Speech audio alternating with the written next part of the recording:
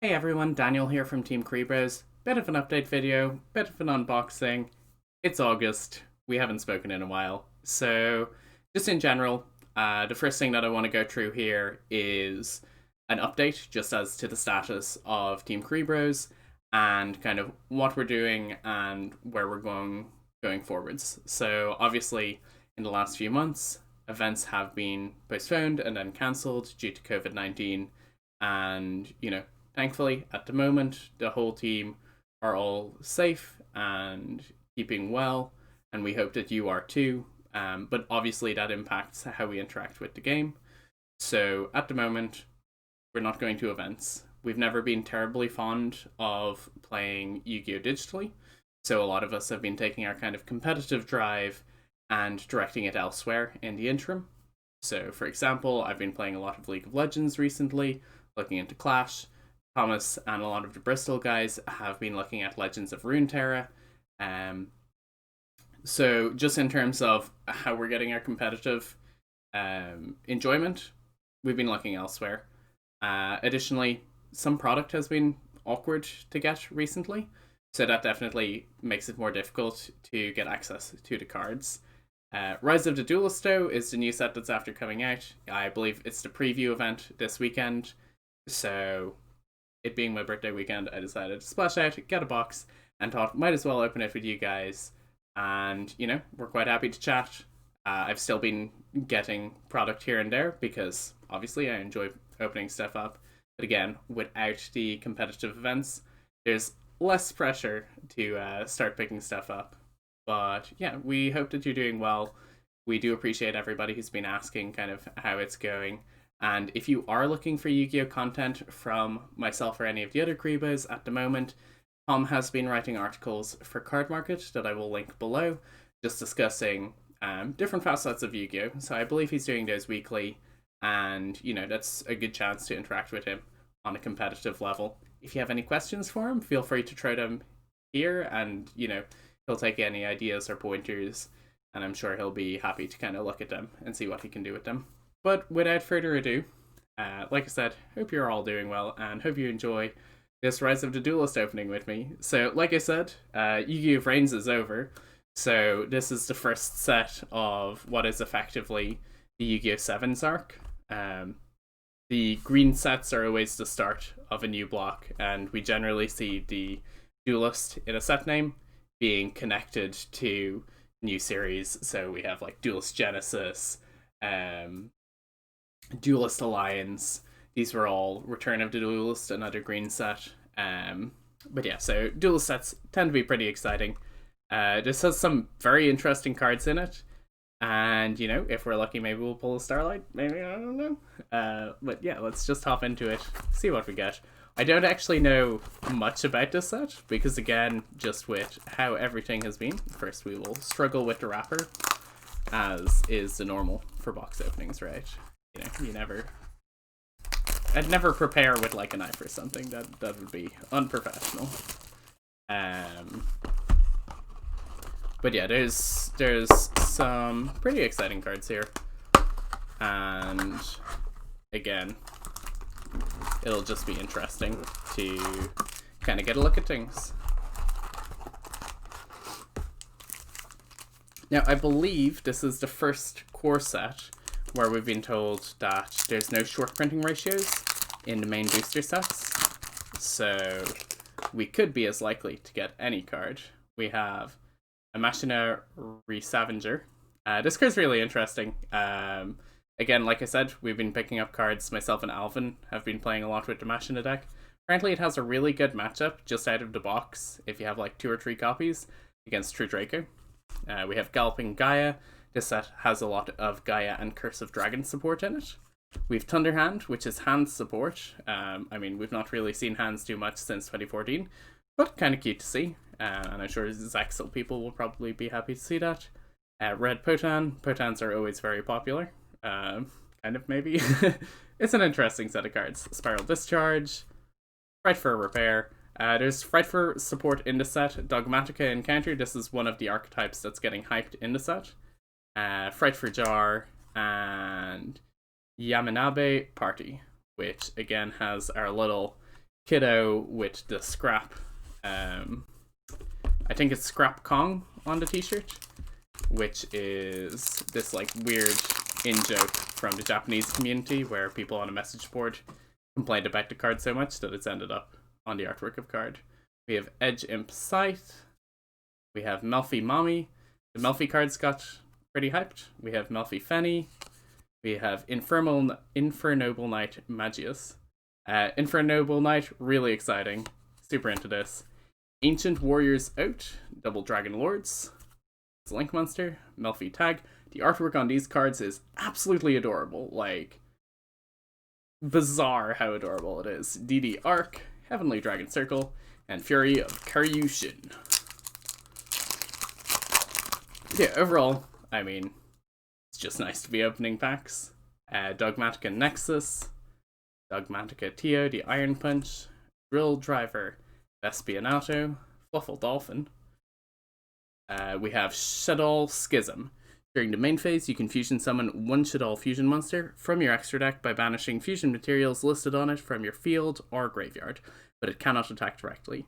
Then you can send to the graveyard one monster your opponent controls with the same attribute as that fusion summoned monster. You can only use this effect once per turn, and it's a continuous trap card. Seems kind of interesting. Doesn't have any when this card is sent to the graveyard effect. But being able to banish fusion materials from field or graveyard seems kind of interesting. I mean, you're still not getting any Shaddoll effects from it.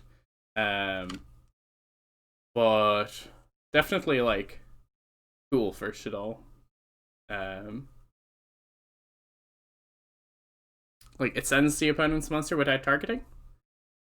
So, like, it's an out to things like towers sometimes. I don't know. It's a card I'll need to think about. I haven't seen it before. Linker Bell, Super Heavy Samurai, Scarecrow. This has finally come out. I know at least one Super Heavy Samurai player who is going to be very happy about this. Dogmatica Punishment, and Abyss Actor, Twinkle Little Star. Okay, we're gonna start speeding up.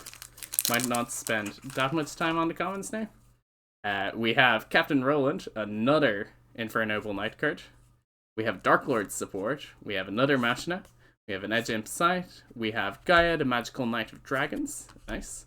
Ancient Warrior Saga, DD Evil, Melfi Playhouse, and Junk Sleep. Junk Sleep's a really weird card. So it's like, if your opponent normal or special summons a monster, you can change all face down defense monsters you control to face up attack, and then during the end phase, you change all monsters you control to face down defense. So, like, I get that it's flip monster support, or like cards that care about being flipped, right? But it's really bizarre in that, like, why is it a junk card? Why does it have? Maybe it's anime. Somebody let me know in the comments if you know. Unauthorized boot up device. Dracoon Lamp. It is a little raccoon that has a dragon lamp and is terrified of himself, or maybe he is laughing at the man. I think he is laughing at the man who is terrified of the dragon shadow. Megalith support. The Megalith archetype is very interesting. I don't know if this makes it playable. Thunderhand, Performapal Card Gardener, Frightful Jar, Dice, Spiral Discharge, and it's a Blizzard.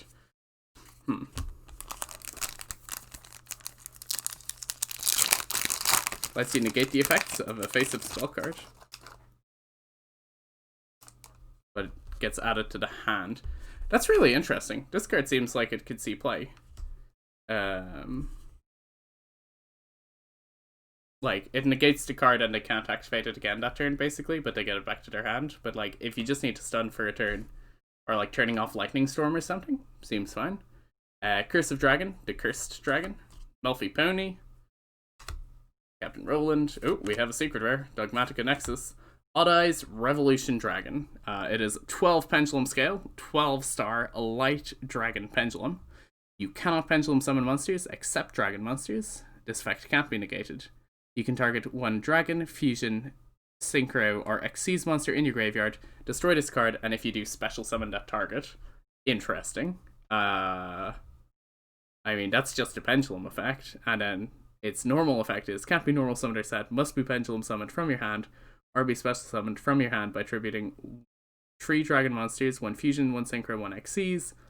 You can discard this card and pay 500 life points, add 1 level 8 or lower Dragon Pendulum from your deck to your hand. Gains attack and defense equal to half of your opponent's life points. Once per turn, you can pay half your life points, shuffle all other cards on the field and the graveyards into this deck. Is this card good? I don't know. I mean, it seems pretty strong. And I mean, Pendulum is always silly, right? So, I mean, let me know if you have something cool planned with Odd Eyes Revolution Dragon. I assume it's one of the better secrets in the set. It seems like it has a lot of good card text, but again, I mean, like, high scales that are searchable for Odd Eyes and do stuff, pretty good. Like, Odd Eyes is pretty good at searching.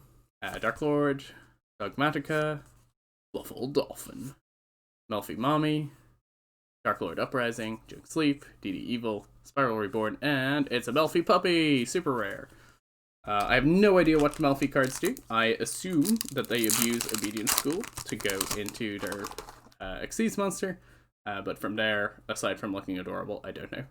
Dogmatica, Raccoon Lamp, Melfi Mommy, Noble Knight Roland, Nemesis Keystone, Dark, Horn of Oliphant, and a bunch of commons. Okay, let's go. And we're just gonna skip to the super, which is the Ancient Warriors. I mean, the Ancient Warriors didn't do anything when they came out. I don't know if that is going to really break the archetype. We have Ret-Time Reviver Emitter. It is a level 2 Dark Fairy Tuner. If this card is in your hand or graveyard, you can target one face-up monster on each field, change them to face-down defense position, and if you do, special summon this card, but banish it when it leaves the field. Kind of cute. I mean, like, the issue is that your opponent has to have a monster that can be flipped face down, but, you know, I think it's like, it's a level 2 tuner. Lets me summon my Crystron Link. We have an Infernoble Knight Ogier, which is a warrior. Seems interesting. We have Dragon Maid Tidy, and we have a Melfi Rabby. Yeah. Those cards are actually just so adorable. We have more Dark Lord support. We have another Rabby. We have the first Dark Lord, which is the boss monster Dark Lord support in this set. I think this might have referenced Lucifer on it originally, in the Japanese version. Again, censorship might change. Artwork's really cool. It is a level 12 fusion. Seems to be a lot of level 12s in this set. 3 Dark Fairy monsters. Your opponent cannot target fairy monsters you control with card effects. I mean, that's a pretty good start, and you can use one of the following effects per turn, and only once that turn. If this card is fusion summoned using Dark Lord Morningstar as material, you can destroy all cards your opponent controls. Seems good. And during the main phase, quick effect, you can pay 1,000 life points, special a fairy from your hand or graveyard in defense position, and he's 4k, 4k. So 4k, 4k, untargetable, with upside. Seems okay. I mean, fusing 3 Dark Lords is kind of costly, but they also have a Pot of Greed, so who knows. Is it good? I don't know, but it sounds fun. We have Infernoble Arms Joyeuse. The Infernoble Knights are kind of interesting. But again, we have not built a deck for them yet ourselves. We have Revenge Rally, which is a super rare trap card. Target one face-up monster your opponent controls. Equip this card to that target. It gains 500 attack and defense. If this is sent to the graveyard, because the equipped monster has left the field, draw 1 card. Or if you activated it this turn, draw 2, then discard 1 instead. Like, cute effect. Like, it's kind of a Pot of Greed, but so much work to just try and draw 2 cards. We have Kukimeru Supplier. This is pretty interesting. I was always a big fan of the Quackimaru cards, so let's see what this guy does. Level 4 Rock, the best kind of Quackimaru. If a face-up rock monster you control is sent to the graveyard, except during the damage step, you can special summon this card from your hand. So if the other ones kill themselves, you'll be able to summon it. If this card... And if they tribute themselves, you can also summon it. If this card is special summoned, you can add from your deck to your hand 1 Iron Core of Quackimaru. or one card that specifically lists Iron Core in its text, except for its supplier. Huh, that's really interesting. So, not only does it get to summon itself after you tribute, or if something dies during the end phase, but it lets you search Core or Diamond Core, I'm pretty sure. Or just any Kuribrohs monster, because they all list Iron Core in them. That's pretty interesting. And we are going through. We have Dogmatica, Aiden the Enlightened. We should have one more secret in here. Could we get a Starlight? That would be really nice. We'll have to find out. We have a Red Poton. We have a second Kuribrohs supplier. That's pretty interesting. That's really unusual to get double up of an Ultra. I mean, I'm not going to complain. That's probably one of the Ultras in the set that I would actually want. So, pretty nice. We have Speedroid Block and Roll. Because we always need more Speedroids. I feel like Speedroids is kind of new Blackwings. Like, they're just always there. We have Soldier Gaia, the Fierce Knight. The Gaia the Fierce Knight stuff is interesting. There's like a catapult turtle for it, which seems pretty good. We have our second secret rare. It is Nadir Servant. It is send one monster from your extra deck to the graveyard, then add one Dogmatica monster or Fallen of Albaz from deck or graveyard to hand that has attack less or equal to the sent monster in the graveyard. Also, for the rest of the turn, after this card resolves, you cannot special summon from your extra deck. You can only activate one copy of this card per turn. Seems pretty good. I mean, like, again, I've not looked at the archetype proper, but it is a pretty unconditional searcher. We have Raid Raptor, Arsenal Falcon. This card is really big and scary. It has loads of little birds flying out of it as well, which I assume are just other Raid Raptors. And we are almost at the end. We have a Melfi Puppy and a Matmech Diameter. This card is a level 4 Cyber's Tuner. When this card is normal summoned, you can target one level 4 Cyber monster in your graveyard, special summon it, but it cannot activate its effects. A Matmech that was Synchro or Exceed using this as a material gains the following effect. Once per turn during the turn, this was special summoned. When your opponent activates a card or effect, quick effect, you can negate that effect. I mean, seems interesting. Like, it is a Matmech that summons another Matmech. So that means the deck can do stuff with it. And it's a level 4 Cyberus, which is also good. And then final pack, we have a Lifeless Leaffish. It is a level 4 water fish effect. When this card is summoned, you can send one fish monster from your deck to the graveyard, except Lifeless Leaffish. You can banish this card from your graveyard, then target 3 fish monsters in your graveyard, shuffle those monsters into the deck, then draw one card. You can only use this effect once per turn, and it is 1500 attack, 1600 defense for an ultra rare. Is this card good? Again, I don't know. Can you play it in something like Mermail? Probably. Is it the best normal summon you can have? Probably not. But, I mean, I don't know. It's a card that lets you foolish. Yeah, it lets you foolish any fish monster. But it doesn't send us cost. So, probably not what Mermail Atlantean is looking for. Kind of interesting. I mean, overall, like, we got 4 ultras, 2 secrets, a double up of ultras, which is pretty unusual for a box. But yeah, I mean, the set looks pretty interesting. It's nice to see another revival of a classic archetype. We saw, like, Dark Illusion, where we had Dark Magician support, Shining Victories, where we had Blue Eyes support, and then we have this with the guy, the Fierce Knight, and Curse of Dragon support, which is really nice to see. It also just has some cool and unique archetypes. You know, Melfi is definitely not something that we've seen before, and the Dogmatica cards, definitely a very interesting archetype, or definitely interesting artwork, if nothing else. But that's basically everything I have to talk about today. Thank you very much if you have stuck around till the end of this. Like I said, there will be a link to Tom's articles in the doobly-doo here. And again, if you have any questions, feel free to leave them in the comments here. We hope you're staying well, enjoying all the Yu-Gi-Oh! That you are. And yeah, I mean, again, we're basically just hoping that there will be a chance for even just locals again soon. Current understanding that I've had from speaking to stores in Ireland, at least, is they're kind of waiting for the social distancing guidelines to reduce a bit. You know, if it's like 1 meter, then they can possibly start considering. But again, it's all very up in the air, so I don't want to promise anything. But again, once we have locals, once there is a chance to actually get out and sleeve up the cards and play them in person, then we'll definitely be back with more Yu-Gi-Oh content. Until then, thank you very much for joining us. Stay safe, and we will catch you soon.